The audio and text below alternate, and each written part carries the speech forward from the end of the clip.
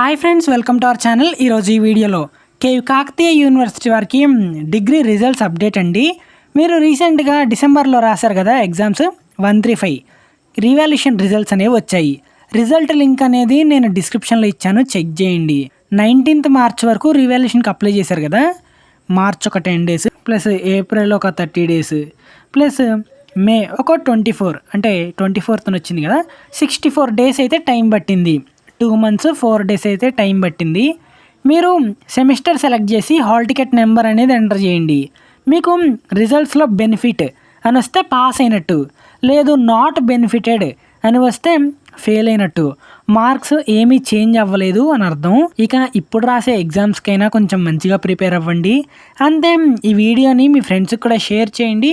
Results వచ్చాయని తెలుస్తుంది. ఇక్కడ బెనిఫిట్ అని వస్తే పాస్, నాట్ బెనిఫిటెడ్ అని వస్తే ఫెయిల్ అని అర్థం. సో చివరిగా ఇదండి వీడియో అనేది.